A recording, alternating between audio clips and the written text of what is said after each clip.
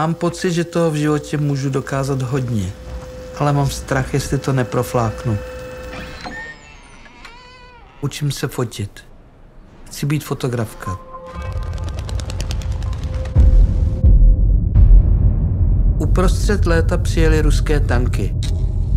Mám strašný strach z toho, co přijde.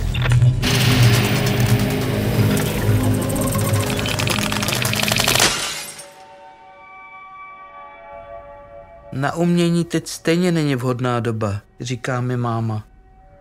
Ale proč bych nemohla žít tak, jak já chci? Musím něco udělat.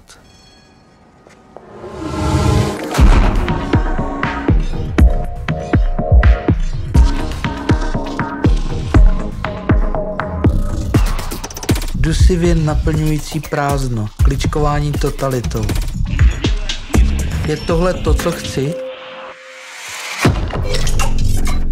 Musím někam zmizet.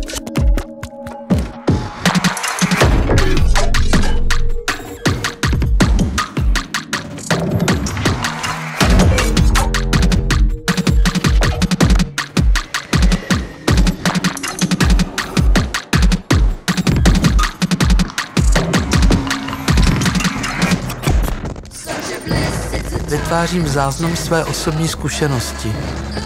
Potřebuju se ujistit, že existuju. Ale co můžu ukázat světu?